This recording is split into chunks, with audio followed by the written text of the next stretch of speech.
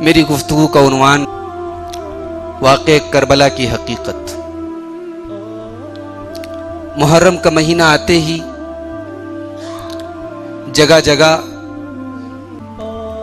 حضرت حسین رضی اللہ تعالیٰ عنہ کے نام پر بہت ساری مجلسیں، بہت سارے پروگرام منعقد ہوتے ہیں۔ ان کی شہادت کے واقعے کو بڑے جذباتی انداز میں بیان کیا جاتا ہے۔ سب سے پہلا سوال تو یہ پیدا ہوتا ہے کہ حضرت حسین رضی اللہ عنہ کی شہادت کیا اکلوتی شہادت ہے اسلامی تاریخ کی؟ اگر حضرت حسین کی شہادت بہت دردناک اور بہت تکلیف دہ اور امت کے لیے بہت نقصان دہ تھی، اور اس لیے حضرت حسین کی شہادت کے نام پر یہ تمام چیزیں جو آج ہمارے معاشرے میں ہو رہی ہیں یہ سب ہونی چاہیے، تو پھر میرا خیال ہے کہ دو چار تعزیے حضرت عثمان غنی کے نام سے بھی نکلنے چاہیے۔ اسی مہینے کے ٹھیک پہلے ذی الحجہ کی 18 تاریخ کو نبی اکرم صلی اللہ علیہ وسلم کے داماد اور آپ کے محبوب صحابی عثمان غنی رضی اللہ عنہ کو 40 دن تک ان کے گھر میں قید کر کے بھوکا پیاسا شہید کیا گیا۔ ان کے نام پر بھی کچھ مجلسیں ہونی چاہیے، پھر غم کا اظہار ہونا چاہیے، کچھ سینے چھلنی ہونے چاہیے۔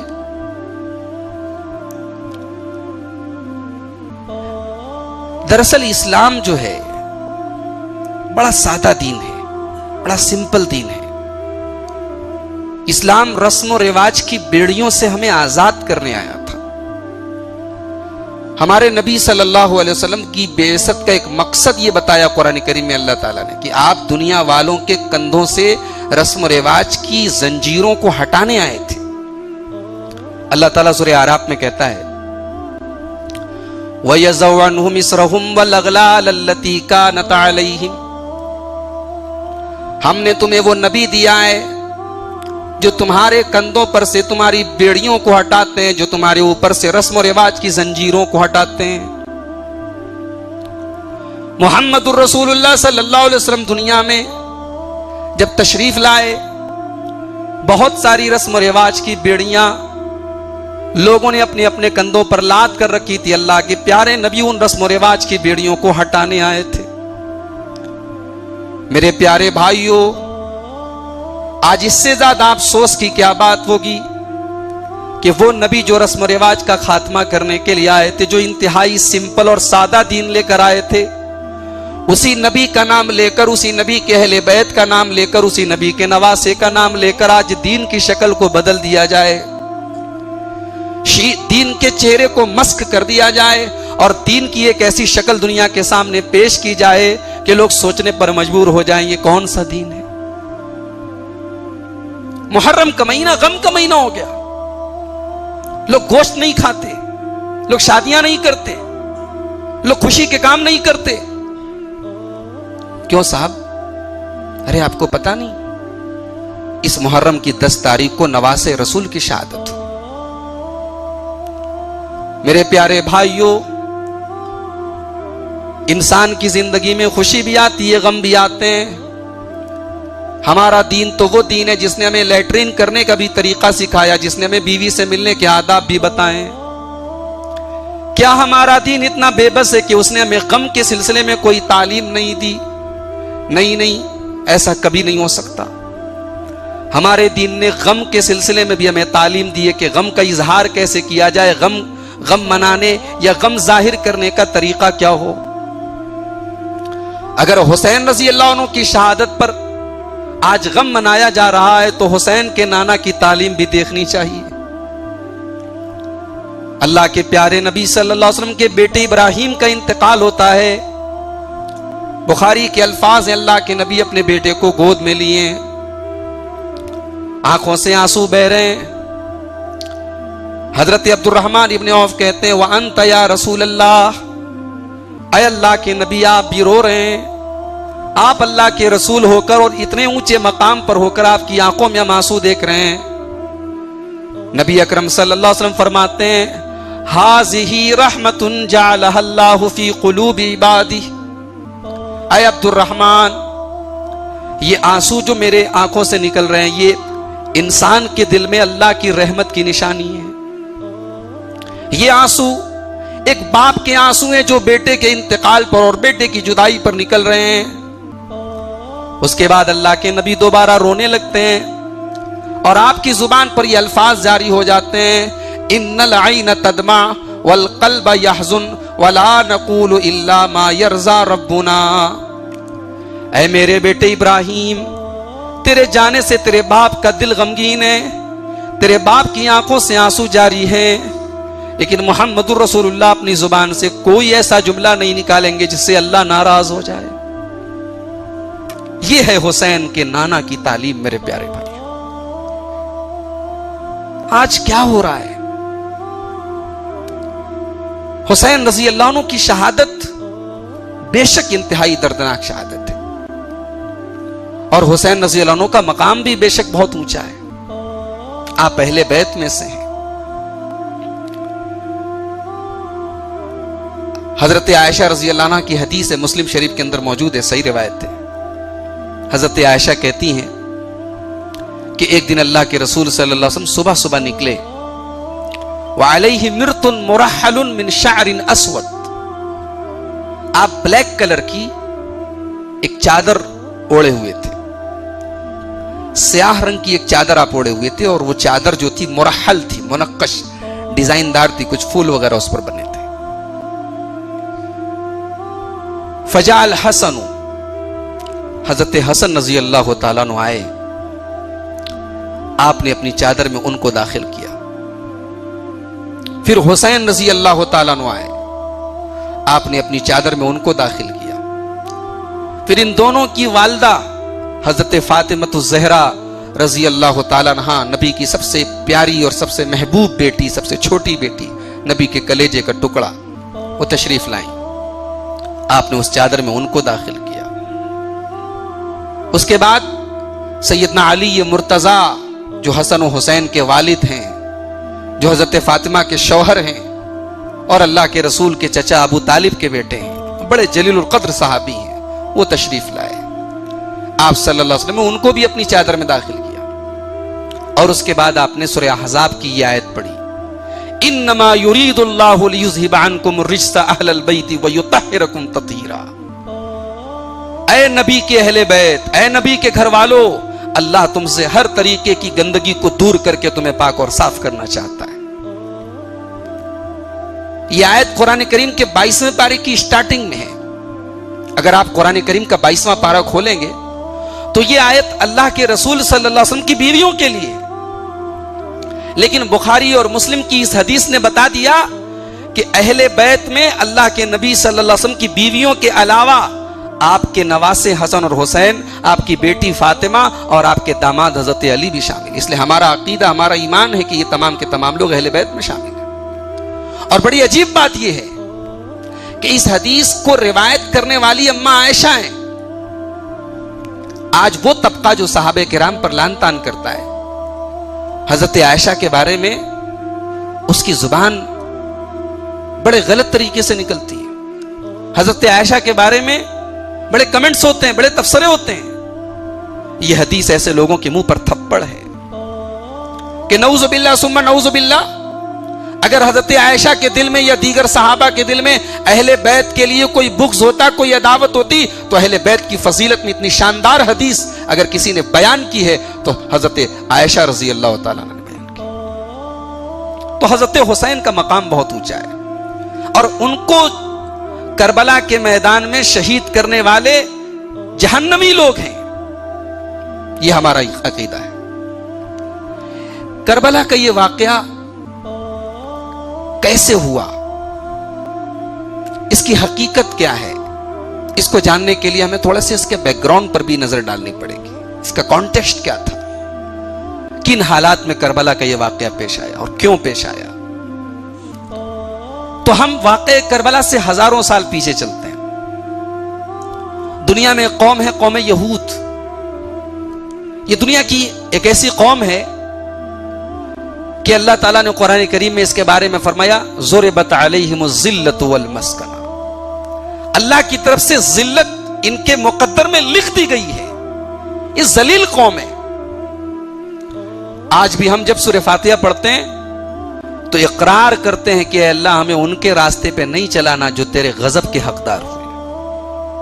یہ بڑی مجرم قوم ہے. نبیوں کی قاتل ہے یہ قوم.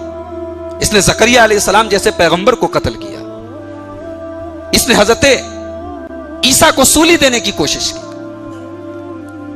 یہ وہ قوم ہے جس نے ہمارے پیارے نبی جناب محمد رسول اللہ صلی اللہ علیہ وسلم کو کئی مرتبہ قتل کرنے کی کوشش کی.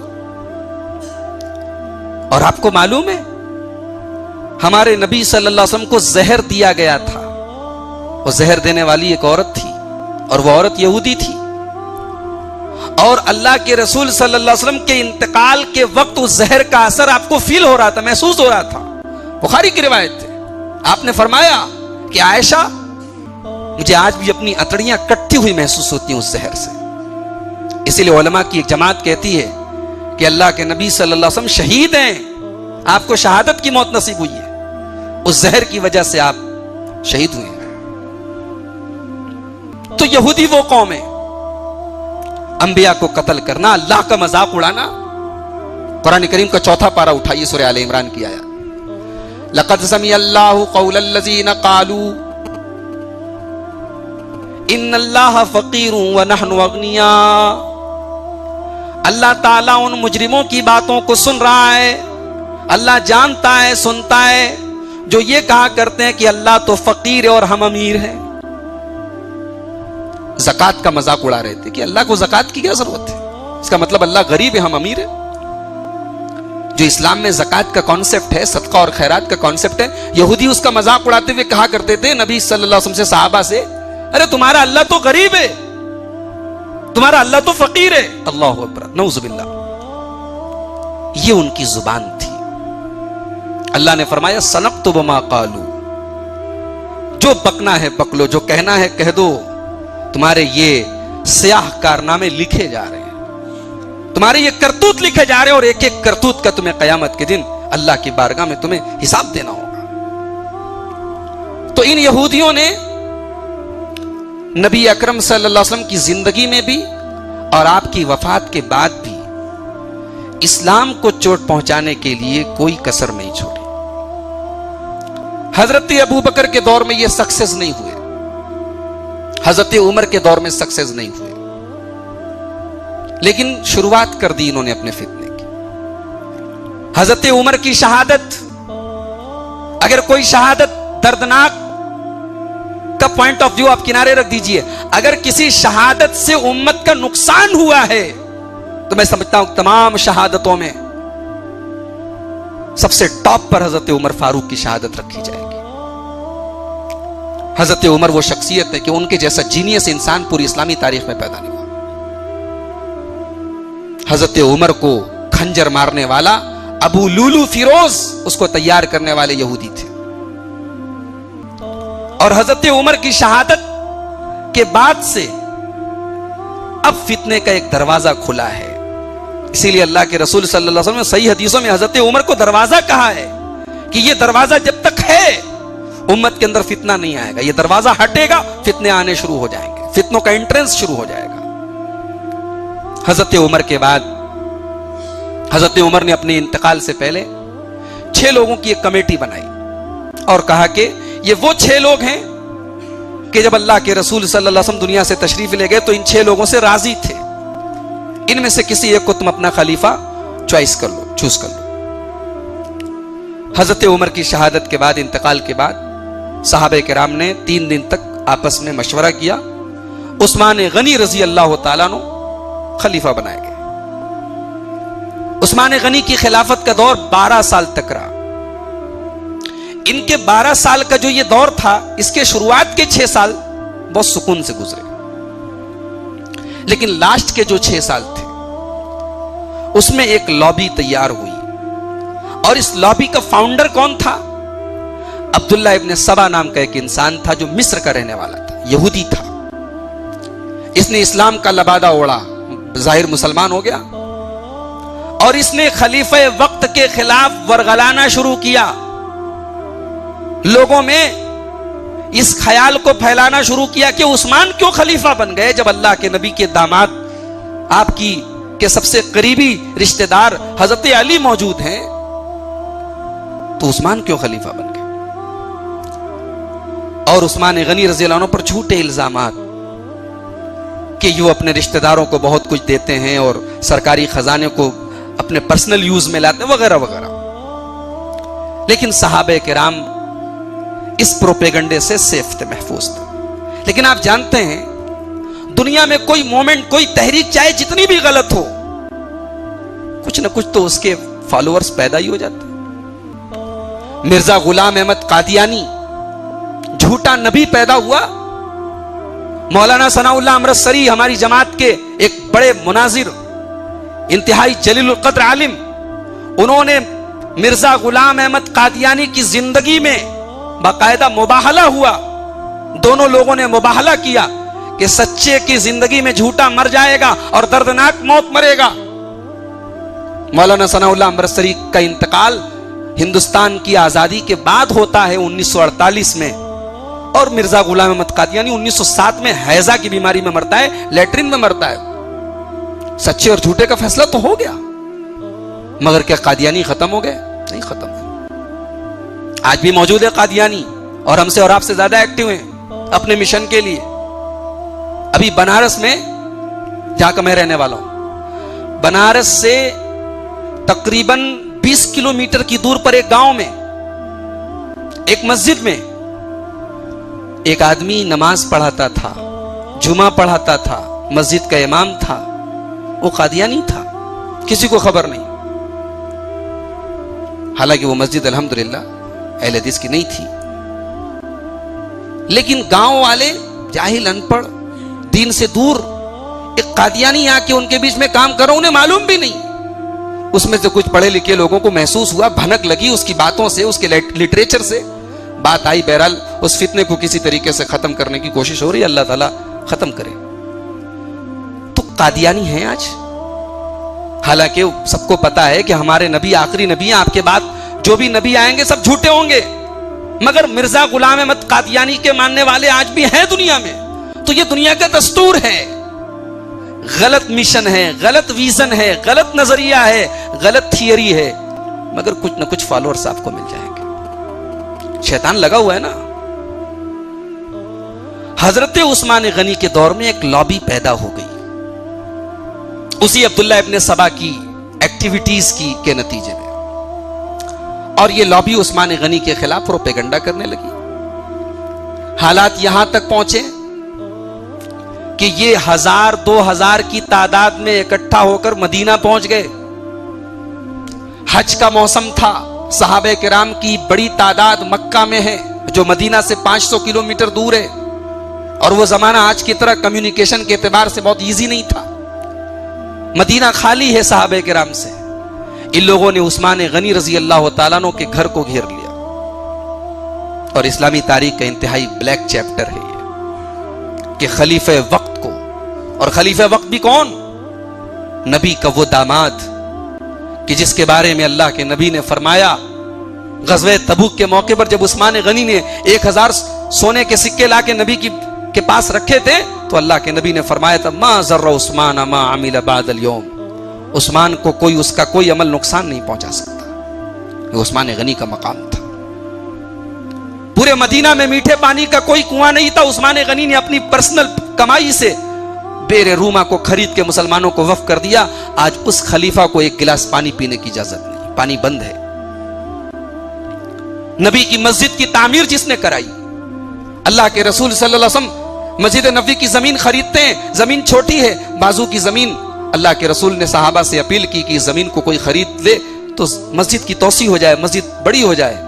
عثمان غنی نے کہا کہ اللہ کے رسول میں کافی ہوں، کوئی چندے کی ضرورت نہیں ہے، میں اپنی رقم سے وہ جگہ خرید کے مسجد میں دے دیتا ہوں. آج اس مسجد میں عثمان غنی کو نماز پڑھنے کی پرمیشن نہیں. 40 دن تک عثمان غنی کو ان لوگوں نے گھیرا. ان کا مطالبہ کیا تھا, ڈیمانڈ کیا تھی؟ عثمان تم خلافت سے ہٹ جاؤ, ہم خلیفہ چوز کریں گے. عثمان غنی نے کہا یہ نہیں ہو سکتا, میں نے اپنے نبی سے وعدہ کیا تھا, اللہ کے پیارے نبی صلی اللہ علیہ وسلم مجھ سے وعدہ کیا تھا کہ اللہ تعالیٰ تمہیں عزت کی جو قمیص پہنائے گا اسے تم مت اتارنا, لوگوں کے کہنے پہ, لوگوں کے مطالبے پہ اسے مت اتارنا. بہت سارے صحابہ کرام نے حضرت عثمان غنی سے کہا تھا کہ آپ کے خلاف ایک لابی تیار ہو رہی ہے, آپ ہمیں اجازت دیں ان کے خلاف ہم ایکشن لیں. عثمان غنی نے کہا کہ میں اپنی ذات کے لیے مسلمانوں کا خون بہانا کبھی پسند نہیں کروں گا. عثمان غنی شہید ہو گئے 18 ذی الحجہ سن 35 ہجری. عثمان غنی رضی اللہ تعالیٰ عنہ شہید ہو گئے. حضرت عثمان غنی کے بعد مدینہ کے اندر جو صحابہ موجود تھے ان لوگوں نے فوراً حضرت علی رضی اللہ عنہ کے ہاتھ پر بیعت کی, اور حضرت علی کے ہاتھ پر بیعت کرنے والوں میں وہ لوگ بھی شامل تھے جو عثمان غنی کے قاتل تھے. حضرت امیر معاویہ رضی اللہ عنہ, ان کے بارے میں بھی تھوڑا سا سمجھ لیجئے کون ہے. آج بڑی ان کے بارے میں زبان درازی ہوتی ہے کہ وہ ایسے تھے ویسے تھے. یہ اللہ کے نبی کے برادر نسبتی ہیں, جس کو ہماری زبان میں سالہ بولتے ہیں, بیوی کے بھائی. اللہ کے رسول صلی اللہ علیہ وسلم کی بیوی جو ہم سب کی ماں ہے, نبی کی تمام بیویاں ہماری ماں ہیں, اللہ کے نبی کی بیوی حضرت ام حبیبہ کے بھائی ہیں یہ, اور جلیل القدر صحابی ہیں. اللہ کے رسول صلی اللہ علیہ وسلم کے اوپر جب قرآن کی آیتیں اترتی تھی تو سلیکٹڈ صحابہ کرام اس کو لکھا کرتے تھے. ان سلیکٹڈ صحابہ کرام کی ٹیم میں حضرت معاویہ بھی شامل تھے. حضرت معاویہ وہ صحابی ہے جن کے لیے اللہ کے نبی نے دعا کی ہے کہ اللہ ان کو ہادی بنا, ان کو ہدایت یافتہ بنا. حضرت امیر معاویہ وہ صحابی ہیں, بخاری کی روایت ہے, یہ 1 رکعت وتر کی نماز پڑھتے تھے. حضرت عبداللہ ابن عباس سے کسی نے کہا کہ حضرت معاویہ 1 رکعت وتر کی نماز پڑھتے ہیں؟ کہا کہ صحیح کرتے ہیں, وہ فقیہ ہیں, وہ دین کی سمجھ رکھتے ہیں, وہ نبی کے صحابی ہیں. یہ عبداللہ ابن عباس جو بہت بڑے صحابی ہیں, ان کا ریمارک ہے ان کے بارے میں. آج ان کے بارے میں لوگ زبان درازی کرتے ہیں. ان کو حضرت عمر وہ انسان تھے کہ کس کو کون سی کی ذمہ داری دینا ہے یہ حضرت عمر کو اچھی طریقے سے پتا تھا. حضرت عمر کے دور میں ملک کے شام جیسا اسلامی حکومت کا ایک بڑا اسٹیٹ تھا اس زمانے کا, ملک شام کا گورنر حضرت عمر کی پوری زندگی میں اگر کوئی تھا تو حضرت معاویہ تھے. حضرت معاویہ حضرت عثمان کے رشتہ دار بھی تھے, ان کے خاندان کے تھے. انہوں نے یہ دیکھا کہ جن لوگوں نے عثمان غنی کو قتل کیا وہ کھلے عام گھوم رہے ہیں. حضرت معاویہ نے حضرت علی سے کہا کہ آپ عثمان غنی کے تمام قاتلوں کو سر عام سولی چڑھائیے. جو اسلام کی سزا ہے, قتل کے بدلے قتل ہے, قصاص ہے, آپ ان سے قصاص کا فیصلہ جاری کیجیے.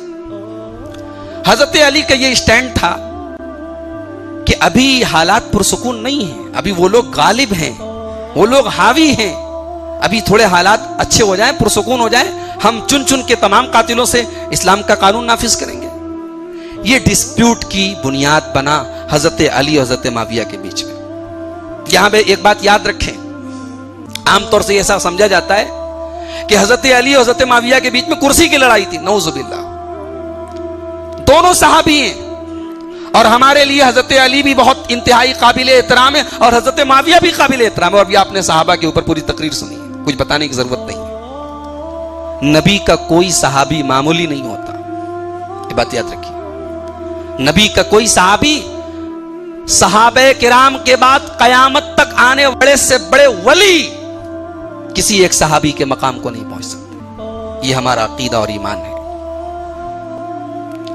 محمد الرسول اللہ کی امت میں سب سے افضل اور سب سے بہترین اگر کوئی لوگ ہیں تو اللہ کے رسول صلی اللہ علیہ وسلم کے صحابہ ہیں. اللہ کے نبی فرماتے ہیں لا تسبوا اصحابی, میرے کسی صحابی پر زبان درازی نہ کرنا, لان تان نہ کرنا, سب و شتم نہ کرنا. فلو ان احدکم انفق مثل احد ذهبا ما بلغ مد احدهم ولا نصیفہ. تم اگر احد پہاڑ کے برابر بھی اللہ کی راہ میں سونا خرچ کر دو, اگر میرے کسی صحابی نے اللہ کی راہ میں ایک مٹھی اگر کوئی چیز گیہوں اور جو صدقہ کیا ہے, ایک مٹھی بھی اگر کوئی چیز اللہ کی راہ میں صدقہ کیا ہے تم اس کا مقابلہ نہیں کر سکتے، اس کی برابری نہیں کر سکتے۔ غور کر رہے ہیں آپ؟ ایک طرف بہت پہاڑ ہے، یعنی صحابہ کرام کا جو مقام ہے وہ انکاؤنٹیبل ہے، اس کو وزن نہیں کیا جا سکتا، اس کو گنا نہیں جا سکتا۔ صحابہ کرام وہ لوگ ہیں کہ اللہ نے ان کو رضامندی کا سرٹیفکیٹ دیا، رضی اللہ عنہم، اللہ ان سے راضی ہے۔ لہذا کسی بھی صحابی کے بارے میں آپ کو کوئی حق نہیں پہنچتا کہ آپ زبان درازی کریں۔ ایون صحابہ کے بیچ میں جنگیں ہوئی ہیں، ایک طرف دونوں طرف صحابہ ہیں اور قتل ہوئے صحابہ، تب بھی ہمیں اپنی زبان کو کنٹرول کرنا ہے۔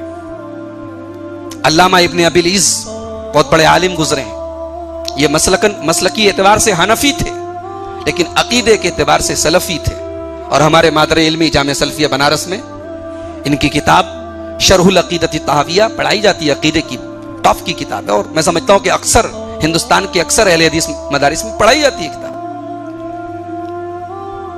علامہ ابن ابی العز اپنی اس کتاب میں بڑی پوائنٹ کی بات کہتے ہیں، کہتے سان اللہ ایدینا عنہا۔ دیکھو صحابہ کے بیچ میں جو فتنے ہوئے، جو لڑائیاں ہوئیں، اللہ نے ہمیں بچا لیا۔ اگر ہم اس دور میں ہوتے تو پتہ نہیں، اس فتنے میں، اس لڑائی میں ہم بھی شامل ہو سکتے تھے۔ علامہ ابن ابی العز کہتے اللہ نے ہمارے ہاتھوں کو بچا لیا، ہم بچ گئے۔ فنسأل اللہ ان یسونا السنتنا عنہا۔ کہتے ہمیں اللہ سے دعا کرنی چاہیے کہ اے اللہ، جیسے تو نے اپنے نبی کے صحابہ کے بیچ میں ہونے والے فتنوں سے ہمیں بچایا ہے، ہماری زبان کو بھی بچا لے۔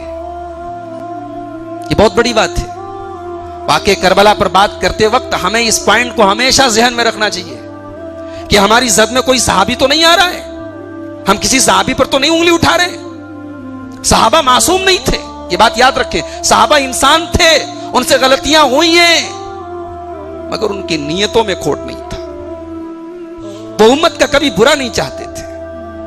پرسنلی کوئی غلطی، کوئی گناہ ہو سکتا تھا ان سے، مگر کوئی صحابی پوری امت کو ہلاکت اور بربادی کے راستے پہ ڈال دے، کوئی صحابی ایسا نہیں کر سکتا، یہ بات یاد رکھیے۔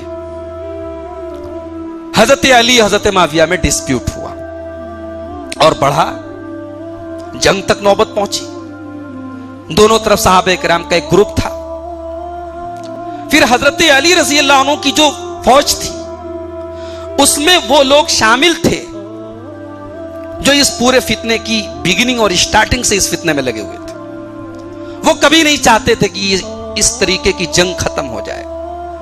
تاریخ کی روایتیں بتاتی ہیں، علامہ ابن کثیر کی البدایہ والنہایہ اٹھائیے، ابن جریر طبری کی تاریخ طبری اٹھائیے، ابن خلدون کا مقدمہ پڑھیے۔ وہ جو فتنہ پرور لوگ تھے وہ کبھی نہیں چاہتے تھے کہ صلح ہو صحابہ کرام کے بیچ میں، تلواریں چلی صحابہ کے بیچ میں، ان لوگوں نے اس فتنے کو آگ لگائی۔ بہرحال حضرت علی کی فوج میں ایک جماعت پیدا ہوئی، اس نے کہا کہ علی بھی غلط، معاویہ بھی غلط، علی بھی کافر، معاویہ بھی کافر۔ اس نے دونوں کو کافر کہنا شروع کر دیا۔ ان کو خوارج کہا جاتا ہے، اور آج بھی یہ فرقہ موجود ہے۔ یہ جتنے جہاد کے نام پر بے قصوروں اور معصوموں کو قتل کرنے کا سلسلہ پوری دنیا میں چل رہا ہے، اس کے پیچھے اسی طبقے کا اور اسی سوچ کا اور اسی نظریے کا ہاتھ ہے، جو اپنے علاوہ سب کو کافر سمجھتے ہیں۔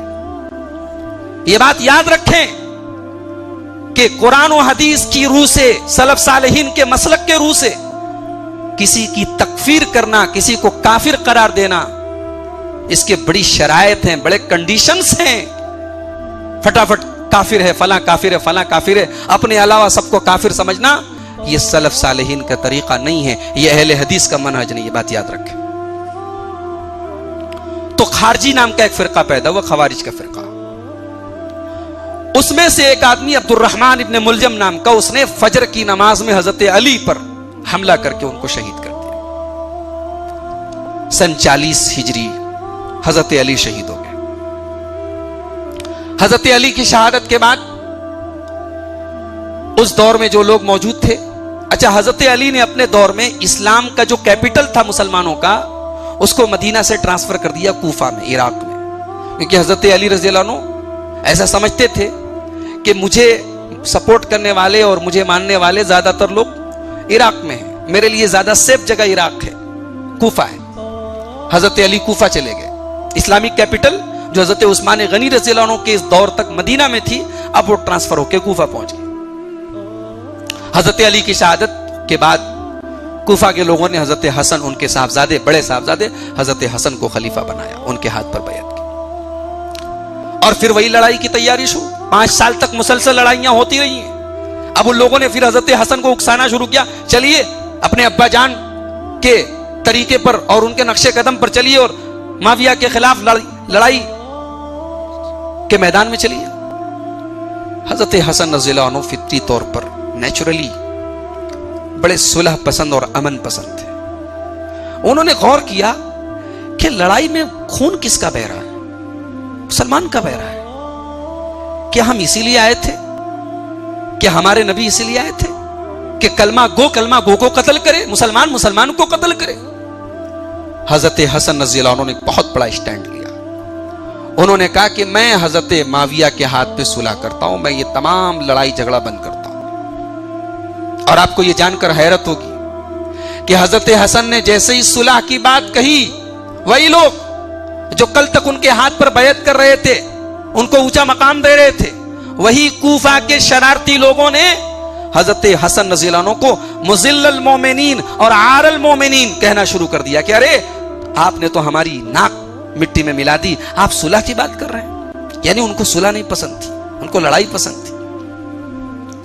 بہرحال حضرت حسن رضی اللہ عنہ نے اپنے والد کے انتقال کے، حضرت علی کی شہادت کے 6 مہینے کے بعد حضرت امیر معاویہ کے ہاتھ پہ بیعت کر لی کہ بھائی میں صلح کرتا ہوں، یہ لڑائی جھگڑا ختم کیجیے، اور اگر آپ کو ساری امت کے لوگ خلیفہ منتخب کرتے ہیں تو میں آپ کو خلیفہ بھی مانتا ہوں۔ چنانچہ سن 40 ہجری میں سب کے اتفاق سے حضرت امیر معاویہ خلیفہ بنائے گئے۔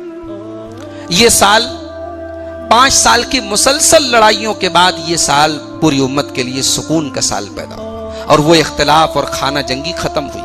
اس سال کو تاریخ میں عام الجماع کہا جاتا ہے، ایئر آف یونٹی، اتحاد کا سال، اجتماعیت کا سال، ملنے کا سال۔ سن 40 ہجری سے لے کر کے سن 60 ہجری تک حضرت امیر معاویہ کا دور خلافت رہا، اسلامی تاریخ کا گولڈن ایج رہا۔ یہی وہ دور ہے جس دور میں اسلامی فتوحات کا دائرہ یورپ تک پہنچا۔ بر صغیر میں ہمارے ہندوستان پاکستان کا جو یہ پورا علاقہ ہے، یہاں پر بھی زیادہ تر جگہوں پر اسلام اسی دور میں آیا۔ یہ بڑا گولڈن دور رہا اسلامی تاریخ کا۔ حضرت امیر معاویہ رضی اللہ عنہ نے اپنی وفات سے 3 سال پہلے، جب ان کو یہ محسوس ہوا کہ اب میری ایج کافی ہو گئی ہے، انہوں نے بعض صحابہ کرام سے مشورہ کیا کہ کیا مجھے ایسے ہی دنیا سے چلے جانا چاہیے یا مجھے اپنے بعد کسی کو خلیفہ منتخب کر کے جانا چاہیے۔ حضرت مغیرہ ابن شعبہ بہت ٹاپ کے صحابی ہے، جلیل القدر صحابی ہے، انہوں نے سجیشن دیا، انہوں نے رائے دی کہ دیکھیے اسلام کے 4 بڑے بڑے اسٹیٹ ہیں، حجاز، مکہ اور مدینہ، عراق، مصر اور شام۔ اس زمانے میں یہ 4 بڑے بڑے اسٹیٹ تھے۔ حضرت مغیرہ ابن شعبہ نے کہا کہ اگر آپ مکہ اور مدینہ کے کسی آدمی کو چوز کریں گے تو ملک شام کے لوگ تیار نہیں ہوں گے، جو کہ اس وقت سب سے زیادہ پاور میں تھے۔ اگر آپ عراق والوں سے کہیں گے تو وہ عراق کے علاوہ کسی اور کے، کہیں اور کے انسان کو پسند نہیں کریں گے۔ تو میری رائے یہ ہے کہ آپ اپنے خاندان کے بلکہ اپنے گھر کے کسی فرد کو خلیفہ منتخب کیجئے، تاکہ فتنہ اور فساد مچانے والے، خاص طور سے عراق کی طرف ان کا اشارہ تھا کہ ان لوگوں کو موقع نہ ملے جو 5 سال تک مسلسل لڑائیوں کا جو دور چلا تھا اور 20 سال سے جو تھما ہے وہ پھر سے نہ شروع ہو جائے۔ تو حضرت امیر معاویہ نے کہا پھر کس کو خلیفہ بنائے؟ کہا کہ آپ کے بیٹے ہیں یزید، نیک ہیں، اچھے ہیں، آپ کے صاحبزادے ہیں، آپ کی تربیت میں پلے بڑے ہیں اور لیڈرشپ کا تجربہ ہے، قیادت کا تجربہ ہے، آپ ان کو ولی عہد بنائیں، مشورہ کریں، اگر سارے لوگ تیار ہوں تو آپ ان کو ولی عہد بنائیں۔ حضرت امیر معاویہ رضی اللہ عنہ نے یزید ابن معاویہ اپنے بیٹے کی کہ ولی عہد ہونے کی کہ میرے بعد یہ خلیفہ ہوں گے، اس بات کی بیعت لینی شروع کی۔ پورا ملک شام تیار ہے۔ مدینہ اور مکہ، حج کے موقع پر مکہ اور مدینہ گئے حضرت معاویہ، وہاں بھی صحابہ کرام سے رائے لی۔ میجورٹی صحابہ کرام کی 99% صحابہ کرام نے حضرت معاویہ کی سوجھ بوجھ کو دیکھتے ہوئے، ان کے ایکسپیرینس کو دیکھتے ہوئے اور ان کے پچھلے 40 سال کی لیڈرشپ کے تجربے کو دیکھتے ہوئے ان کے اس فیصلے پر کا ویلکم کیا اور کہا کہ اگر آپ اس کو بہتر سمجھتے ہیں اور امت کی یونٹی سے میں تو ہم تیار ہیں۔ پوری امت میں اس فیصلے کے خلاف 4 لوگوں نے انکار کیا۔ اس حضرت عبد الرحمن ابن ابو بکر نے، حضرت عبداللہ ابن عمر نے، حضرت عبداللہ ابن عباس نے، عبداللہ ابن زبیر نے اور حضرت حسین رضی اللہ تعالیٰ، 4 لوگ اس فیصلے سے راضی نہیں تھے۔ پوری امت میں تقریباً 700 کے قریب صحابہ کرام موجود ہیں اور تابعین کا ایک بڑا طبقہ موجود ہے۔ پوری امت میں ان 4 لوگوں نے حضرت معاویہ کے اس فیصلے سے اعتراض، اس فیصلے پر اعتراض کیا۔ بہرحال زیادہ تر لوگ تیار تھے۔ 3 سال کے بعد سن 60 ہجری میں رجب کے مہینے میں حضرت امیر معاویہ کا انتقال ہو گیا۔ ان کے انتقال سے پہلے حضرت عبد الرحمن ابن ابو بکر کا بھی انتقال ہو گیا۔ اب یعنی حضرت معاویہ کے اس فیصلے کے جو لوگ خلاف تھے اس میں صرف 3 لوگ بچے، حضرت حسین، حضرت عبداللہ ابن زبیر اور عبداللہ ابن عمر، یہ 3 لوگ بچے۔ حضرت معاویہ کے انتقال کے بعد ملک شام کے لوگوں نے فوراً یزید کو خلیفہ منتخب کیا اور تمام اسلامک اسٹیٹ کے گورنروں کو یہ پیغام بھیجا گیا کہ اپنے اپنے علاقے کے جو بڑے لوگ ہیں ان سے کہا جائے کہ آپ یزید کے نام پر بیعت کریں۔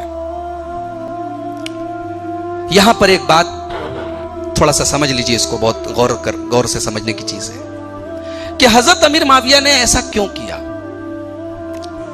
یزید کو کیوں اپنے بعد خلیفہ نامزد کیا؟ کیا یزید سے بہتر لوگ نہیں تھے اس زمانے میں؟ بے شک تھے۔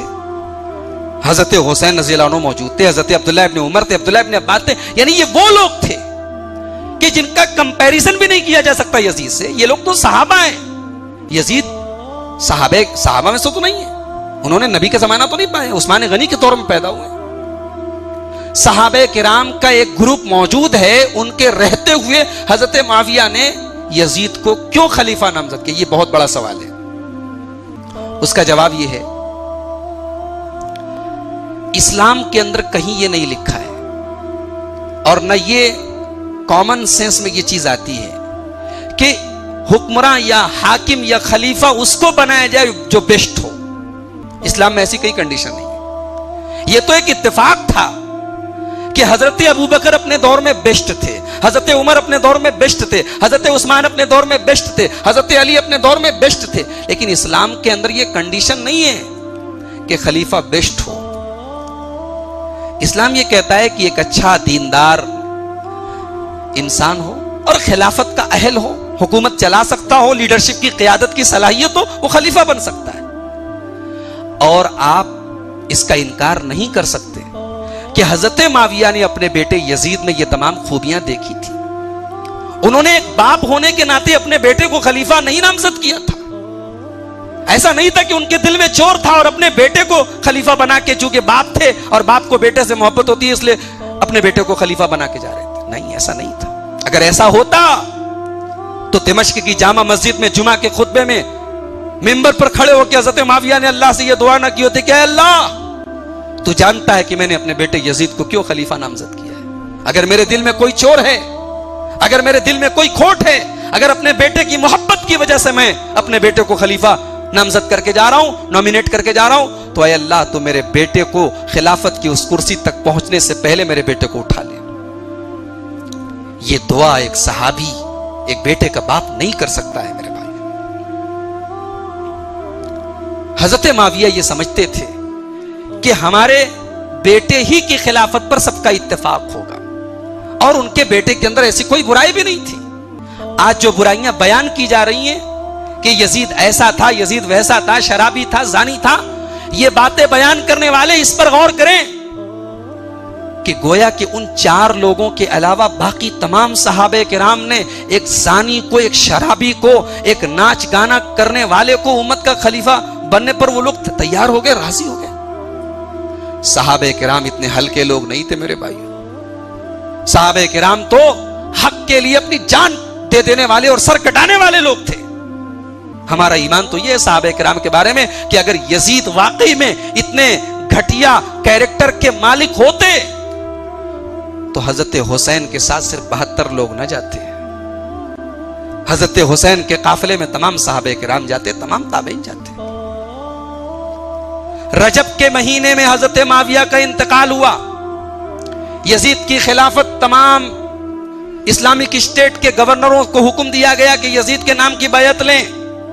حضرت حسین رضی اللہ عنہ مدینہ میں تھے، ان کے پاس مدینہ کا گورنر پہنچا اور کہا کہ ہم آپ کے پاس آئے ہیں کہ آپ یزید ابن معاویہ جو مسلمانوں کے نئے امیر المومنین ہیں ان کے نام کی بیعت کریں۔ حضرت حسین نے کہا کہ میں کل اکیلے میں بیعت نہیں کروں گا، پبلک کے سامنے کروں گا، کوئی سختی نہیں کی گئی ان کے ساتھ۔ ٹھیک ہے، آپ جیسا سوچیں۔ حضرت معاویہ نے اپنے انتقال کے پہلے یزید کو جو وصیت کی تھی، اس وصیت میں بھی یہ الفاظ موجود تھے کہ ہو سکتا ہے کہ کوفہ کے لوگ حضرت حسین کو تمہارے خلاف بھڑکانے کی کوشش کریں، تو اے میرے بیٹے تم حضرت حسین کے حقوق کا خیال رکھنا، اگر وہ تمہارے خلاف بھی آ جائیں تو تم درگزر سے کام لینا، کیونکہ وہ رسول کے بڑے قریبی ہیں، رسول کے نواسے ہیں، رسول کے اہل بیت میں سے ہیں۔ یہ حضرت معاویہ نے اپنے بیٹے کو نصیحت کی تھی، اور یہی وجہ ہے کہ یزید کی طرف سے ایسا کوئی آرڈر نہیں تھا کہ حضرت حسین کے ساتھ سختی کی جائے۔ حضرت حسین رضی اللہ عنہ نے رات میں گورنر آیا، مدینہ چھوڑ کے مکہ چلے گئے، رات ہی میں مدینہ چھوڑ کے مکہ چلے گئے۔ کوفہ کے لوگوں کو پتا چلا کہ حضرت حسین رضی اللہ عنہ نے یزید کی بیعت نہیں کی ہے اور مدینہ چھوڑ کے مکہ جا چکے ہیں۔ انہوں نے خطوط لکھے کہ اے حسین ابن علی، اے نبی کے نواسے، اس یزید کی کیا حیثیت ہے آپ کے سامنے؟ یہاں لاکھوں کی تعداد میں لوگ آپ کو اپنا خلیفہ مانتے ہیں، آپ کو اپنا امام مانتے ہیں، آپ کو اپنا امیر المومنین مانتے ہیں، آپ کوفہ آئیں، ہم سب آپ کے ہاتھ پر بیعت کریں گے۔ حضرت حسین نے فوراً وہ خط پڑھ کے ایک اسٹینڈ نہیں بنا لیا، ایک نہیں ہزاروں خط آئے، پوری بوری خط سے بھر گئی۔ حضرت حسین رضی اللہ عنہ نے حالات کی تفتیش کرنے کے لیے، جانچ کرنے کے لیے اپنے چچا زاد بھائی، اپنے کزن بردر حضرت مسلم بن عقیل کو بھیجا کہ تم جاؤ کوفہ اور وہاں کے حالات کا جائزہ لو۔ مسلم بن عقیل پہنچے کوفہ، وہاں کے لوگوں نے ویلکم کیا، استقبال کیا، 30,000 لوگوں نے ان کے ہاتھ پر بیعت کی، انہوں نے فٹ سے خط لکھ دیا آپ چلے آئیے۔ اس سے ایک بات یہ پتا چلی کہ حضرت مسلم بن عقیل وہ حالات کو صحیح طریقے سے بھانپ نہیں سکے، کوفہ کی مٹی کو سمجھ نہیں سکے، وہ چند جذباتی لوگوں نے ان کے ہاتھ پر بیعت کر لی، انہوں نے حالات کا اسی سے اندازہ لگا لیا۔ ایک ہی 2 دن کے بعد انہیں سمجھ میں آ گیا کہ یہ کس قسم کے، کس فطرت کے لوگ ہیں۔ یزید جو اس وقت خلیفہ ہیں، پوری اسلامک سلطنت کے فرما رواں ہیں، ان کو پتا چلا کہ کوفہ میں میرے خلاف بغاوت ہو رہی ہے۔ ظاہر سی بات ہے، دنیا کا ہر حاکم، ہر خلیفہ، ہر بادشاہ کبھی پسند نہیں کرے گا کہ میرے خلاف بغاوت ہو، جہاں بغاوت ہوگی اس کو دبانے کی کوشش کرے گا۔ یزید نے فوراً مدینہ کے گورنر جو اس وقت ایک صحابی تھے، نعمان ابن بشیر رضی اللہ عنہ، ان کو معزول کر کے، ہٹا کر کے عبید اللہ ابن زیاد نام کے ایک آدمی کو گورنر بنایا جو انتہائی سخت آدمی تھا۔ ابن زیاد پہنچا کوفہ پہنچنے کے بعد گورنر ہاؤس میں پہنچا اور گورنر ہاؤس میں پہنچ کر اسپیچ دیا اور اپنی اسپیچ میں کہا کہ میں کوفہ کا نیا گورنر ہوں، میں کوفہ کا نیا گورنر ہوں، اور اگر مجھے پتا چلا کہ کوفہ میں کہیں بغاوت کی کھچڑی پک رہی ہے تو میری تلوار ہوگی اور اس کی گردن ہوگی۔ مسلم بن عقیل کے ہاتھ پر بیعت کرنے والے 30,000 لوگ کہاں غائب ہوئے پتا نہیں چلا۔ گورنر کی ایک اسپیچ نے پورے کوفہ کی کایا پلٹ دی، بغاوت کرنے والے اپنے گھروں میں دبک گئے۔ مسلم بن عقیل کوفہ کی گلیوں میں بے سہارا، بے یارو مددگار کھڑے ہیں، کوئی ان کو بچانے والا نہیں، اور مسلم بن عقیل کو بڑی بے دردی کے ساتھ شہید کیا گیا۔ مسلم بن عقیل اپنی شہادت کے پہلے، اپنے انتقال کے پہلے انہوں نے لیٹر لکھا حضرت حسین کو کہ آپ دھوکہ نہ کھائیے گا، یہ کوفہ کے لوگ ہیں، مجھے سمجھ میں ان کی حقیقت آ گیا، آپ ہرگز کوفہ نہ آئیں۔ لیکن حضرت حسین کو یہ لیٹر بہت بعد میں ملا۔ حضرت حسین رضی اللہ عنہ انہوں نے ایک اسٹینڈ بنا لیا کہ اب میں کوفہ جاؤں گا، چونکہ کوفہ اسلام کے 4 اسٹیٹس میں سے ایک بڑا اسٹیٹ ہے، عراق کا ایک کیپٹل تھا اس زمانے میں، اور وہاں ایک میجورٹی مجھے اپنا امام مانتی ہے، لہٰذا یزید کی خلافت صحیح نہیں ہے۔ یہ اسٹینڈ تھا حضرت حسین رضی اللہ عنہ کا، اور اسی اسٹینڈ کے ساتھ وہ مکہ سے نکل پڑے کوفہ کے لیے۔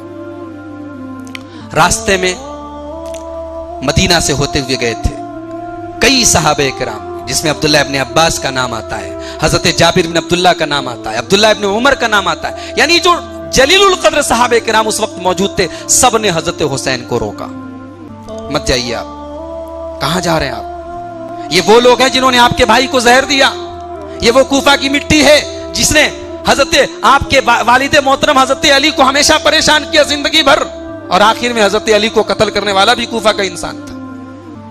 ان تمام لوگوں نے سمجھایا کہ آپ ایسا مت کریں، آپ نہ جائیں، ان کے ارادے غلط ہیں، آپ پریشان ہو جائیں گے، آپ کے ساتھ غلط ہوگا۔ لیکن حضرت حسین رضی اللہ عنہ اسٹینڈ بنا چکے تھے، انہوں نے کہا کہ نہیں، میں جا رہا ہوں۔ یہیں سے ایک بات یہ پتہ چلی کہ حضرت حسین کوئی لڑائی لڑنے نہیں جا رہے تھے، کوئی حق اور باطل کا مارکا نہیں لڑنے جا رہے تھے، جیسا کہ آج کہا جاتا ہے قتل حسین اصل میں مرگ یزید تھا، قتل حسین اصل میں مرگ یزید ہے، اسلام زندہ ہوتا ہے ہر کربلا کے بعد، یہ کہا جاتا ہے۔ اسلام کربلا کے پہلے بھی زندہ تھا، کربلا کے بعد بھی زندہ، اور قیامت تک زندہ رہے گا۔ اسلام کو کبھی کوئی خطرہ نہیں تھا، خطرہ کبھی تھا تو مسلمانوں کو تھا۔ اسلام سیف تھا اور سیف رہے گا۔ حضرت حسین اسلام کو بچانے نہیں جا رہے تھے، اور اگر اسلام کو بچانے جا رہے تھے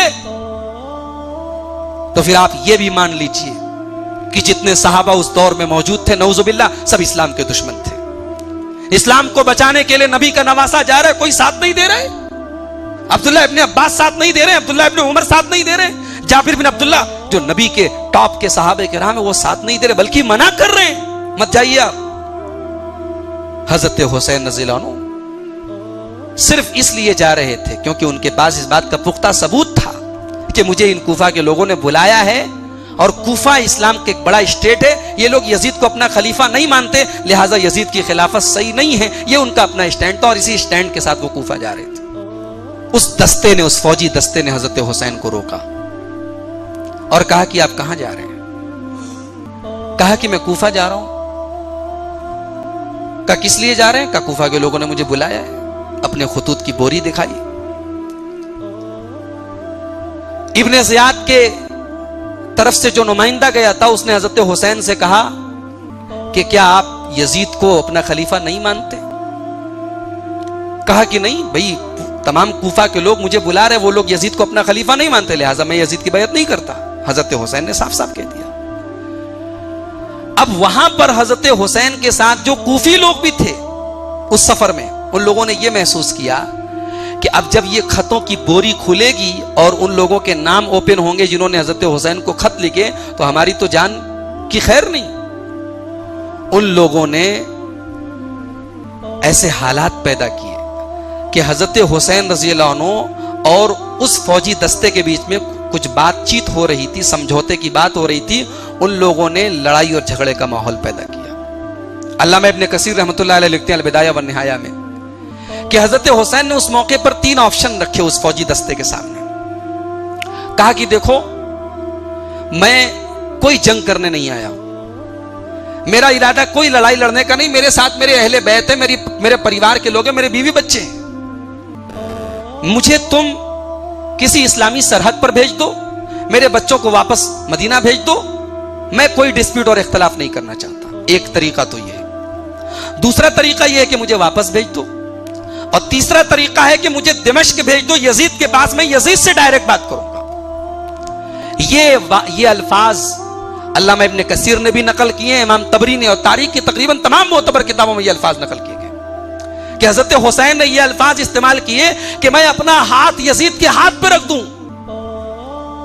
سوال یہ پیدا ہوتا ہے کہ اگر حضرت حسین رضی اللہ عنہ یزید کو ایک ظالم، فاسق، فاجر، شرابی اور زانی سمجھتے تھے، تو کیا ہم یہ سمجھ لیں کہ کہ حضرت حسین نے حالات کو دیکھ کر کمپرومائز کر لیا اور یزید کے ہاتھ پر بیعت کرنے کے لیے تیار ہو گئے. یا تو ہم یہ سمجھیں اور یہ سمجھتے ہیں تو پھر حضرت حسین رضی اللہ عنہ کی نعوذ باللہ جو امیج ہمارے ذہن میں بنی ہے وہ ٹوٹ جائے گی. اور اگر ہم یہ سمجھتے ہیں کہ نہیں، حضرت حسین بڑے پائے کے صحابی ہیں، نبی کے نواسے ہیں اور علی کے بیٹے ہیں، بہت بہادر ہیں، ان سے ایسے اسٹینڈ کی توقع نہیں، تو پھر ہمیں یہ بھی ماننا پڑے گا کہ حضرت حسین یزید کے کیریکٹر کی وجہ سے یزید کے خلاف کوئی قدم اٹھانے نہیں جا رہے تھے، بلکہ ان کا اسٹینڈ کلیئر تھا. وہ یہ سمجھ رہے تھے کہ بھئی یزید سے زیادہ حقدار میں خلافت کا ہوں اور اسلام کا ایک اسٹیٹ مجھے خلیفہ ماننے کے لیے تیار ہے. لیکن جب راستے میں ان کی پول کھل گئی کہ کوفہ کے لوگ بے ایمان ہیں اور مسلم بن عقیل کا وہ لیٹر بھی پہنچ چکا تھا، تو اب حضرت حسین نے اپنا ارادہ بدل دیا اور ڈائریکٹ یزید سے بات کرنے کے لیے تیار ہو گئے. اور آپ کو ایک عجیب اور حیرت کی بات بتانے جا رہا ہوں کہ کربلا جہاں حضرت حسین کی شہادت ہوئی، مقام قادسیہ پر حضرت حسین کو روکا گیا. اور قادسیہ سے دو راستے جاتے ہیں، ایک کوفہ کی طرف جاتا ہے، ایک دمشق کی طرف جاتا ہے جہاں یزید کا گھر ہے، جہاں اس وقت کی اسلامی خلافت کا کیپٹل ہے. اور کربلا کوفہ کے راستے میں نہیں ہے، کربلا دمشق کے راستے میں. اس بات کا بہت بڑا پروف ہے کہ حضرت حسین رضی اللہ عنہ وہاں سے ارادہ تبدیل کر چکے تھے. اب کوفہ نہیں، دمشق جا رہے تھے، یزید کے پاس جا رہے تھے، ڈائریکٹ یزید سے بات کرنے جا رہے تھے. اور اب ان لوگوں کی خیر نہیں تھی جو اس پورے فتنے کے بانی تھے. ان لوگوں نے حالات ایسے بنائے کہ اس فوجی دستے سے اور حضرت حسین کے ساتھیوں سے جھڑپ ہوئی، اور یہ جھڑپ جنگ تک پہنچی اور حضرت حسین رضی اللہ عنہ اور ان کے پورے ساتھیوں کی شہادت ہوئی. ظاہر سی بات ہے کہ وہ تلواریں اور ہتھیار لے کر نہیں گئے تھے، لڑائی کے مقصد سے نہیں گئے تھے. لڑائی کے مقصد سے کوئی جاتا ہے تو بیوی بچوں کو لے کے نہیں جاتا، ان کے ساتھ عورتیں تھیں. یہ واقعہ 10 محرم سن 61 ہجری کو پیش آیا. کہا جاتا ہے کہ کربلا کے میدان میں ان کے اوپر پانی روکا گیا، جبکہ کربل کے معنی سرسبز و شاداب مٹی ہوتا ہے. وہ علاقہ سرسبز و شاداب تھا، پانی کی افراد تھی، زمین کھودو پانی نکل جاتا، وہ پانی کی کوئی قلت نہیں تھی. اصل میں ایک طبقے کو اس واقعے کو بلیک میل کر کے، اس واقعے کو بنیاد بنا کر کے امت کو بلیک میل کرنا تھا اور اس شہادت کو کیش کرنا تھا، اور ان کو یہ شہادت مل گئی. انہوں نے علی کی شہادت کو کیش نہیں کیا، انہوں نے حسن کی شہادت کو کیش نہیں کیا، انہوں نے حضرت حسین کی شہادت کو کیش کیا. میرے بھائیوں، حضرت حسین کی شہادت کے بعد علامہ ابن تیمیہ نے لکھا ہے تمام یہ جھوٹی باتیں ہیں کہ اہل بیت کے گھر کی عورتوں کی بے حرمتی کی گئی، ان کے سر سے چادر چھینی گئی، ایسا کچھ نہیں ہوا. وہ تمام عورتیں دمشق گئیں، یزید کے پاس انہیں لے کے جایا گیا. یزید نے انتہائی افسوس کا اظہار کیا، اس پورے واقعے پر انتہائی افسوس کا اظہار کیا، ابن زیاد پر لعنت کی، اور حضرت حسین رضی اللہ عنہ کے تمام گھر والوں کو 3 دن تک اپنے گھر میں رکھا، ان کی تعزیت کی، ان کے غم میں برابر کی شرکت کی. حضرت حسین کے صاحبزادے ان کے بیٹے علی بن حسین، جن کو زین العابدین کہا جاتا ہے، وہ 3 دن تک حضرت زین العابدین 3 دن تک یزید کے گھر پر رہے، یزید کے مہمان رہے. کوئی اپنے باپ کے قاتل اور اپنے باپ کے دشمن کے گھر میں مہمان رہتا ہے؟ یہ تمام باتیں یاد رکھیے. اور کربلا کے واقعے کے بعد حضرت حسین کے بھائی محمد بن حنفیہ، ان کے سوتیلے بھائی تھے، ان سے کسی نے کہا کہ ارے یزید تو شراب پیتا ہے، یزید نماز نہیں پڑھتا ہے. یعنی اسی زمانے میں یزید کے خلاف پروپیگنڈا شروع ہو گیا تھا.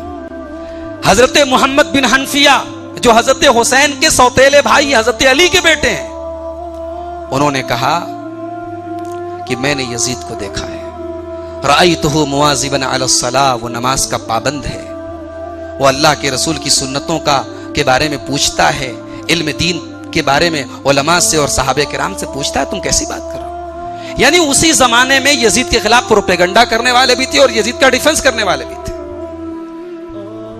لیکن ایک آخری بات میں آپ کو بتا دوں کہ یزید کوئی صحابی نہیں ہے، یزید کوئی صحابی نہیں ہے، لیکن یزید کو بنیاد بنا کے حضرت معاویہ پر لعن طعن کیا جاتا ہے. ہمیں تکلیف اس سے ہے.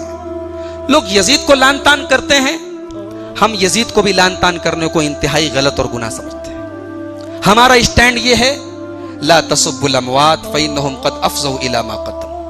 اللہ کے نبی صلی اللہ علیہ وسلم نے فرمایا کہ ایک عام مسلمان بھی اگر دنیا سے چلا جائے تو اس کی برائی مت کرو. یہاں تو صحابی کے بیٹے کا معاملہ ہے, ایک ایسے انسان کا معاملہ ہے جس کو پوری امت نے اپنا خلیفہ منتخب کیا ہے.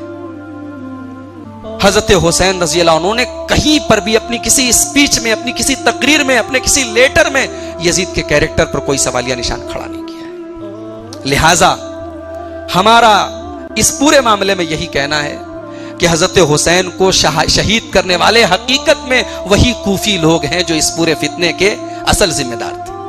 اسی لیے حضرت حسین کی بیٹی سکینہ بنت حسین کہتی ہیں, جب ان کا گزر کوفہ سے ہوتا ہے تو کہتی ہیں ایتمتمونی صغیرہ وارملتمونی کبیرہ, اے کوفہ کے غداروں تم نے مجھے بچپن میں یتیم کیا اور جب میں جوان ہو گئی تو تم نے مجھے بیوہ کیا. ان کے شوہر کو بھی انہی کوفیوں نے قتل کیا, مصعب ابن زبیر کو. تو پروپیگنڈا کے اندر بڑی طاقت ہوتی ہے. جب کسی بات کو اتنا پھیلایا جائے, اتنا جھوٹ کو اتنا سچ کہہ کے پھیلایا جائے تو پھر لگنے لگتا ہے کہ بھئی سچ ہی جھوٹ اور جھوٹ ہی سچ ہے. حالات یہ پیدا ہو گئے کہ کہنے والے کہتے ہیں کہ کسی نے اپنے لال کا یزید نام نہ رکھا. یزید کا نام ایک گالی بن گیا, یزید ایک ظلم کا استعارہ بن گیا. سب ظالم کی بات آتی تو کہا جاتا ہے یہ یزیدی لوگ ہیں. یعنی حسین ورسز یزید کی ایک کہانی گڑھ دی گئی. یزید ورسز حسین کی کوئی کہانی تھی نہیں. حضرت حسین رضی اللہ عنہ کا اپنا ایک سٹینڈ تھا. میں نے بتا دیا کہ ان کا کیا سٹینڈ تھا. انہوں نے کبھی بھی یزید کے کیریکٹر, یزید کے ظلم یا یزید کے فسق و فجور کی بات ہی نہیں کہی. لیکن جن لوگوں نے بھی حضرت حسین کو شہید کیا, یقیناً ان لوگوں نے انتہائی غلط کام کیا اور لعنت کے حقدار ہیں. ہم ان کے اوپر لعنت کرتے ہیں کیونکہ حضرت حسین رضی اللہ عنہ بہرحال نبی کے چہتے ہیں, نبی کے لال ہیں.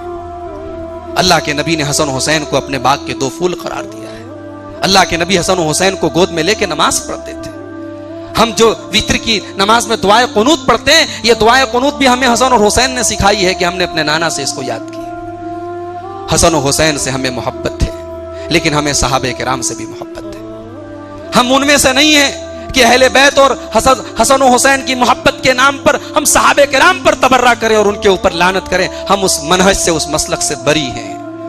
نہ ہماری کوئی علی سے رشتہ داری ہے, نہ معاویہ سے کوئی رشتہ داری ہے. ہم علی سے بھی اس لیے محبت کرتے ہیں کیونکہ وہ نبی کے چہتے ہیں, اور ہم معاویہ سے بھی اس لیے محبت کرتے ہیں کیونکہ وہ نبی کے صحابی ہیں. ہمارا ان سے رشتہ اور تعلق نبی کا رشتہ ہے. ہم جس نبی کا کلمہ پڑھتے ہیں, جس نبی سے محبت کرتے ہیں, اس نبی نے ہمیں ان سے محبت کرنے کا حکم دیا ہے. آخر میں یہی کہوں گا کہ قرآن میں اللہ نے ہمیں ایک دعا سکھائی, ربنا اغفر لنا ولاخواننا الذین سبقونا بالایمان. اے اللہ تو ہمیں بخش دے اور ہمارے ان بھائیوں کو بخش دے جو ہم سے پہلے ایمان لائے. ولا تجعل فی قلوبنا غلا للذین آمنوا. اور اے اللہ ہمارے دل میں ہمارے ایمان والے بھائیوں کے خلاف کوئی کینہ کپٹ مت رکھ. کربلا کا واقعہ 1400 سال پہلے پیش آیا میرے بھائیوں. وہاں کوئی ویڈیو ریکارڈنگ نہیں ہو رہی تھی کہ آج بیان کرنے والے بیان کرتے ہیں حضرت حسین کا گھوڑا ہنہنا رہا تھا, آسمان میں بادل گرج رہا تھا اور بجلی چمک رہی تھی. ایسا لگ رہا ہے ویڈیو کیمرہ لے کے کھڑے ہیں لوگ وہاں پہ. حضرت حسین کے سارے ساتھی شہید ہو گئے. بچے کون؟ دشمن بچے. اب ان دشمنوں نے اگر ان روایات کو بیان کیا ہے تو آپ سوچ لیجئے کہ وہ کیا بیان کر سکتے ہیں. اس لیے اس پورے واقعے کو کی تہ تک جانا اور حقیقت تک پہنچنا انتہائی مشکل کام ہے. 1400 سال کا گرد و غبار پڑا ہوا ہے اس کے اوپر. واقعہ کربلا کی ریسرچ کے نام پہ اور تحقیق کے نام پر بہت ساری لوگوں نے کتابیں لکھی, انٹرنیٹ پر موجود, آپ دیکھیں آپ پاگل ہو جائیں گے. جو تاریخ کی روایتیں اتنی کنٹراڈکٹری ہیں, اتنی متضاد ہیں, اتنی ایک دوسرے سے ٹکرا رہی ہیں, ہم کسی فیصلے تک پہنچ نہیں سکتے. بس ہم اتنا کہیں گے کہ قرآن نے ہمیں ایک اصول دیا ہے, تلک امۃ قد خلت لہا ما کسبت ولکم ما کسبتم. وہ ایک قوم تھی, ایک زمانہ تھا, ایک امت تھی, وہ گزر گئی, اس کا عمل اس کے ساتھ ہے, ہمارا عمل ہمارے ساتھ. کربلا کے میدان میں جو ہوا وہ اسلام کی تاریخ کا انتہائی بلیک چیپٹر تھا, اور اس نے اسلامی تاریخ کے خط و خال بدل دیے, اور وہاں سے ایک فتین قسم کے طبقے کو موقع ملا جس نے پوری دنیا میں اور آج بھی فتنہ اور فساد مچایا ہے, اس کو بنیاد بنا کر کے. لیکن میرے بھائیوں, ہم اس واقعے کو بنیاد بنا کے اپنی زبان کو صحابہ کے بارے میں غلط استعمال کریں, یہ انتہائی نامناسب بات ہے. ایک آخری حدیث بیان کر کے بات ختم کرتا ہوں. بخاری شریف کی حدیث ہے, اللہ کے نبی منبر پر کھڑے ہیں، ایک طرف صحابہ کو دیکھتے ہیں، ایک طرف اپنے نواسے حسن کو دیکھتے ہیں اور کہتے ہیں اے لوگوں، یہ میرا بیٹا میرا نواسا ہے۔ اللہ کے نبی اپنے نواسوں سے بیٹے کی طرح پیار کرتے تھے۔ کہا کہ ان ابنی ھذا، میرا یہ بیٹا، اپنے نواسے کو اپنا بیٹا کہا میرا یہ بیٹا سید ہے، سردار ہے، لعل اللہ یصلح بہ بین فئتین عظیمتین من المسلمین، اللہ تعالیٰ میرے اس بیٹے کے ذریعے مسلمانوں کے دو بڑے جماعتوں میں، دو بڑے گروہوں میں اتحاد پیدا کرے گا، صلح کرائے گا۔ نبی نے یہ پیشن گوئی کی تھی، نبی نے یہ بھوشیوانی کی تھی، اور نبی اکرم صلی اللہ علیہ وسلم کی یہ پیشن گوئی سن 40 ہجری میں پوری ہوئی، جب حضرت علی اور حضرت معاویہ ان دونوں کی جماعتوں کے بیچ میں جو اختلاف تھا، 5 سال سے جو جنگ چلی آ رہی تھی، وہ حضرت حسن کی صلح سے ختم ہوتی۔ نبی کی یہ ایک حدیث اگر قاعدے سے سمجھ لو تو کربلا کا پورا بیک گراؤنڈ سمجھ میں آ جاتا ہے۔ جو لوگ آج یزید کو لعن طعن کرتے ہیں، وہ حضرت معاویہ کو بھی لعن طعن کرتے ہیں۔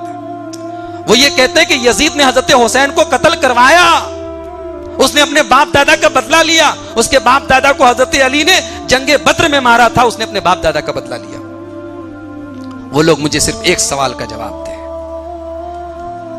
کہ اگر حضرت معاویہ یا یزید اس طریقے کا خیال اپنے دل میں رکھتے تھے تو نبی نے دونوں جماعتوں کو مسلمان کیوں کہا ہے؟ نبی نے ان دونوں گروہوں کو، ان دونوں جماعتوں کو مسلمان کہا ہے، نبی نے ان کے اسلام پر مہر لگا دی، یعنی اپنے تمام اختلافات کے باوجود حضرت علی کا اور حضرت معاویہ کا دونوں کا جو گروہ تھا، وہ دونوں مسلمان تھے، دونوں اسلام پر تھے۔ اختلاف ہوا ان کے بیچ میں، لیکن ان کے دل پاک اور صاف تھے۔ حضرت علی جب اپنی وفات سے پہلے کہا کرتے تھے اے اللہ تو نے مجھے 20 سال پہلے کیوں نہیں اٹھا لیا؟ ان اختلافات اور ان جھگڑوں کو، ان لڑائیوں کو دیکھ کر حضرت علی کا دل روتا تھا۔ حضرت معاویہ کا یہ حال تھا کہ حضرت معاویہ کے سامنے لوگ حضرت علی کی تعریف کرتے تھے، ان کی منقبت بیان کرتے تھے، حضرت معاویہ رونے لگتے تھے اور کہتے تھے واللہ کانا ابا الحسن، واللہ رحم اللہ ابا الحسن کانا کذالک، اللہ کی قسم حضرت علی ایسے تھے۔ ان کے اختلاف کو ہمارے آج کے دور کے اختلاف پر قیاس مت کرو میرے بھائیو۔ ہم لوگ تو بہت تھرڈ کلاس کے لوگ ہیں، ہمارے اختلاف تھرڈ کلاس کے ہیں، ہم ان بزرگ ہستیوں اور ان مقدس ہستیوں کا مقابلہ نہیں کر سکتے۔ حضرت معاویہ کے بارے میں عبداللہ ابن مبارک سے کسی نے پوچھا کہ حضرت معاویہ بہتر ہیں کہ عمر بن عبدالعزیز بہتر ہیں؟ آپ جانتے ہیں عمر بن عبدالعزیز بہت ٹاپ کے خلیفہ تھے، ان کا دور بڑا اچھا مانا جاتا ہے، بہت عادل تھے، بہت نیک تھے، اللہ والے تھے۔ پوچھنے والے نے پوچھا کہ حضرت معاویہ بہتر تھے کیا عمر بن عبدالعزیز بہتر تھے؟ عبداللہ ابن مبارک بہت بڑے تابعی گزرے ہیں، کہتے ہیں کہ معاویہ نے نبی کے ساتھ جس گھوڑے پر بیٹھ کر جہاد کیا تھا، اس گھوڑے کے ناک میں بیٹھی ہوئی مٹی بھی عمر بن عبدالعزیز سے بہتر ہے۔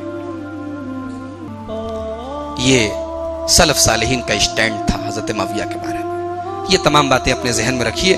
آخر میں ہم اللہ سے دعا کرتے ہیں اللہ تعالیٰ ہمیں تمام صحابہ کرام سے، تمام اہل بیت سے سچی محبت کرنے کی توفیق عطا فرمائے۔ محرم کا یہ موقع بڑا نازک موقع ہے اس امت کے لیے، بڑی بدعات اور خرافات ہوتی ہیں اور صحابہ کرام کے بارے میں بڑی زبان درازیاں ہوتی ہیں۔ اللہ تعالی ہم سب کو ان سے محفوظ رکھے، اللہ ہمیں بدعات و خرافات سے محفوظ رکھے، اللہ آج کی ہماری اس مجلس کو قبول فرمائے، اللہ تعالی امت مسلمہ کو اتحاد و اتفاق کی دولت نصیب فرمائے۔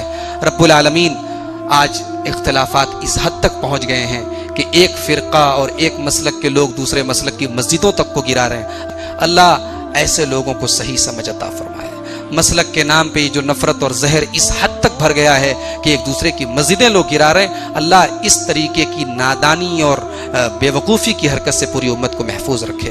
اللہ تعالی ہمارے جان و مال کی، ہمارے عزت و آبرو کی حفاظت فرمائے۔ اللہ ہم سب کی روزی روٹی میں برکت عطا فرمائے۔ اللہ ہمیں رزق حلال کی توفیق عطا فرمائے۔ ہم میں سے جو لوگ بیمار ہیں اللہ ان کو شفائے کامل عاجل عطا فرمائے۔ ہم میں سے جو لوگ ذہنی جسمانی کسی بھی قسم کی ٹینشن میں ہیں، تکلیف میں ہیں، اللہ سب کی تکلیفوں کو دور فرما دے۔ اللہ ہمیں زندگی کی آخری سانس تک محمد الرسول اللہ صلی اللہ علیہ وسلم کے طریقے اور منہج پر چلنے کی توفیق عطا فرمائے۔ اللہ تعالی ہمیں صحابہ کرام کے منہج پر چلنے کی توفیق عطا فرمائے۔ اللہ ہمیں اہل بدعت اور اہل ہوا کے طریقے سے بچائے۔ رب العالمین ہمیں سلف صالحین کے طریقے پر چلائے۔ رب العالمین ہمیں تمام ائمہ کرام سے، تمام سلف صالحین سے سچی محبت کرنے کی توفیق عطا فرمائے۔ اللہ تعالی ہمارے دل میں کسی صحابی کے خلاف، اہل بیت میں سے کسی کے خلاف کوئی بغض نہ رکھے، اللہ ہمارے دلوں کو ہر قسم کے کینہ اور کپٹ سے پاک کر دے، آمین۔ وآخر دعوانا الحمدللہ رب العالمین، والسلام علیکم ورحمۃ اللہ وبرکاتہ۔